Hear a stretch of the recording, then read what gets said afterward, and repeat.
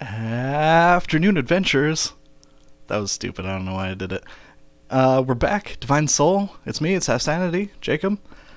Coming at you with 9th level spells. Let's go. Got 5 more for you here today. Another sort of shorter list because up at these levels, how many are you really going to cast a day? Probably 1. So you don't need a lot. But before we jump into those, I just want to give a brief but very heartfelt thank you to everyone watching, everyone who has been watching. The series on Divine Soul Metamagic has been doing so much better than I had even hoped. At the time of recording this, the cantrip video that started the series off has a little over 900 views, and that's so huge. That's so many more than I was expecting, and I'm really happy about it. So, thank you guys so much. Without further ado, though, I don't want to drag this video out any more than I always do with my rambling, so let's dive right in. I'm going to go kind of in a worst to best list this time. Actually, I'm going to start with the first 2, which are sort of their own thing, and then do like a top 3 for the other 3, which are all support healing spells. So, first off, let's go with Astral Projection. Astral Projection kind of does its own thing. It has a duration of special, which, it's to do with that. Can't be extended. Can't be quickened, can't be twinned, can't be pretty much anything. You can, of course, cast it as a subtle spell. Every spell you can cast as a subtle spell. If you're spending an hour casting the spell anyway, you're pretty obviously not in a situation where you're worried about getting counterspelled. So I guess if you just need to keep the volume down, maybe you're in a library, then you could cast as a subtle spell. But in most cases, probably not relevant. And that's pretty much the only one it's eligible for, although technically you can cast it as a distant spell, allowing you to target creatures that are within 20 feet of you, rather than within 10 feet. But if your allies aren't within 10 feet of you, when the spell's going off, tell them to get within 10 feet of you. That's the point of you casting the spell, right? So, also probably not really that relevant. Metamagic, probably not the most useful for Astral Projection. That's okay, not all of them are. So let's press on to Gate. Gate is a little different in that it opens a portal that creatures can walk through on another plane, right in front of a creature that you choose, that you name. Metamagic can do quite a bit for this spell. It can be quickened, it can be distant, it can be extended. How useful these things are going to be to you, well, that part's questionable. Distant I could see working if you conjure up the portal in front of something that's going to be hostile to your enemies. You could use Distant Spell to make the portal closer to those enemies so that the creature can storm out and wreak havoc. It's possible. Of course, Subtle Spell can be used to prevent counterspelling. Big deal with a 9th level spell. You do not want to get that stuff countered. So, Subtle Spell, well worth the 1 sorcery point if you're in a fight against a powerful spellcaster, or any spellcaster with 3rd level spell slots, and the counterspell spell. So, there's that. Although it's also worth mentioning, the spell doesn't have to call forth a creature. You don't have to name somebody when you cast the spell. You can just open a portal to another plane, and you and any amount of other creatures can go through the portal while it lasts. So, for that purpose, it could actually be useful to cast as an extended spell, doubling its duration to 2 minutes if you have a large army that you need to move from the material plane into the Feywild, or whatever. It's gonna get a lot more creatures through than something like Plane Shift. Although, if you're just trying to move your party, probably better to cast Plane Shift than drop a 9th level spell slot on Gate. Very, very situational spell. But when it comes up, it could be useful. Metamagic makes it even better. That's what it's for. So, that's pretty much Gate. Let's press forward to the healing and support spells. Now, I'm going to start with the one I think is the weakest. Here we go. Power Word Heal. Added to the Cleric spell list by Tasha's Cauldron of Everything, but the actual spell is in the player's handbook. Power Word Heal fully heals one creature, cures all sorts of negative effects, but only affects one creature. Now, because it affects one creature, it can be twinned. But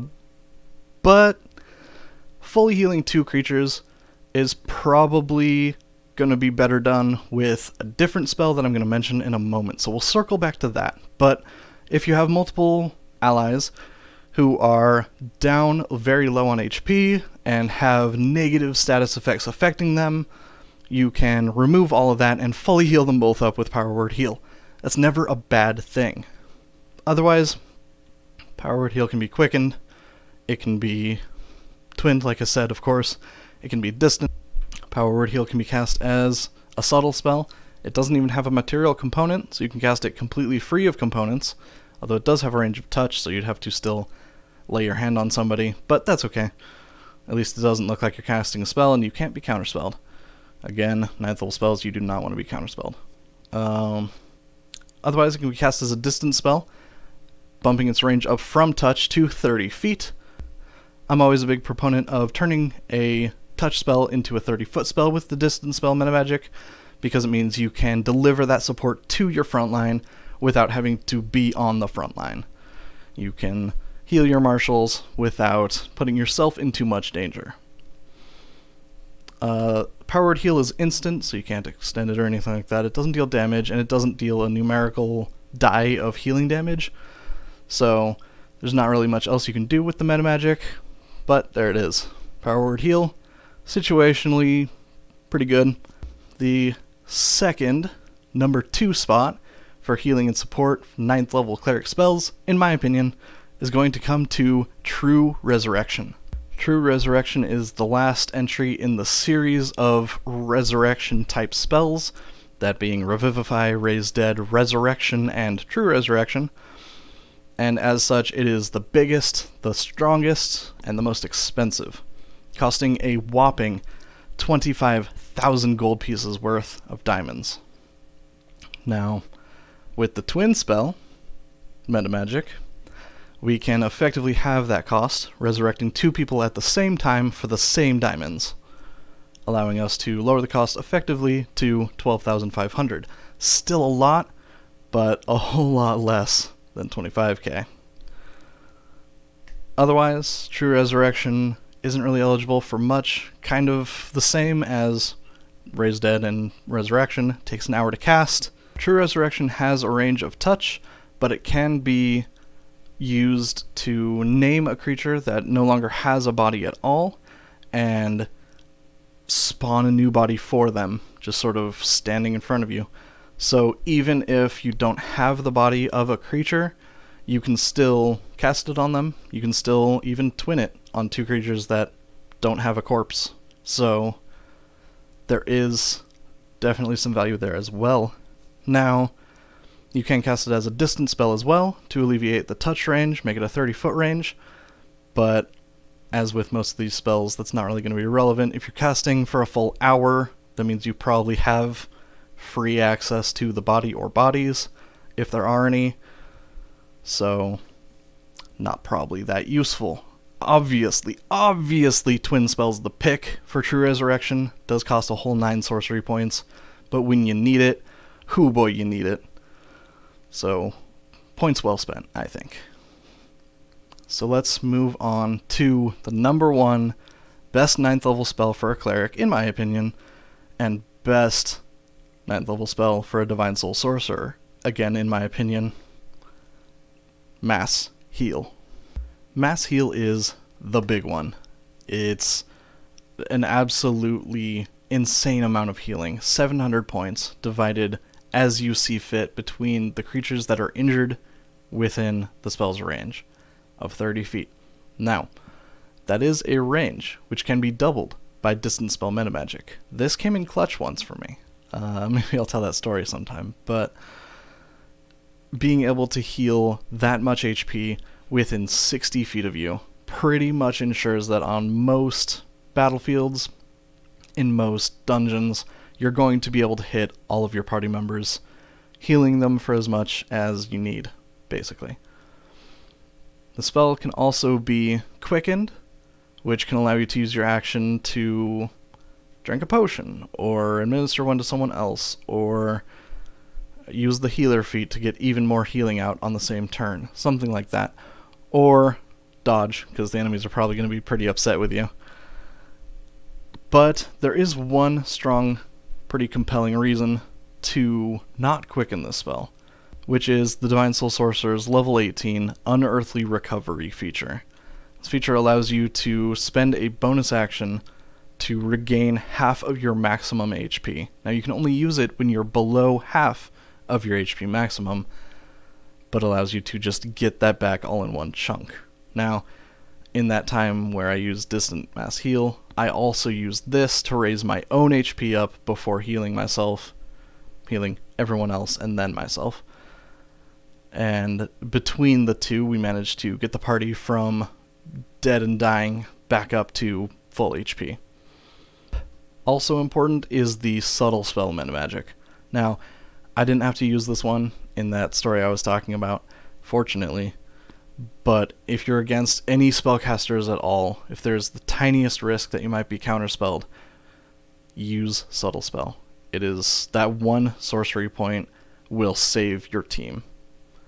Getting a 9th level spell counterspelled at all is incredibly bad, but getting a 9th level spell that will restore 700 hit points to your party counterspelled can't be allowed to happen.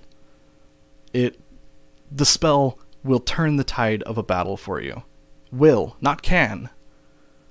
So getting counterspelled could mean the difference between victory and TPK. I'm not even exaggerating. This is a strong spell. Make sure it goes off. And that's about all there is, because Mass Heal doesn't heal for dice, it heals for just straight up health points. The Divine Soul Sorcerer's Empowered Metamagic doesn't come into play. That's fine. I also want to mention that a single level of Life Cleric, the Cleric of the Life domain, and its feature Disciple of Life are invaluable when casting Mass Heal, because each creature you heal with Mass Heal will gain an additional 2 plus the spell's level, so a total of 11 HP, on top of what you actually give them with the spell itself.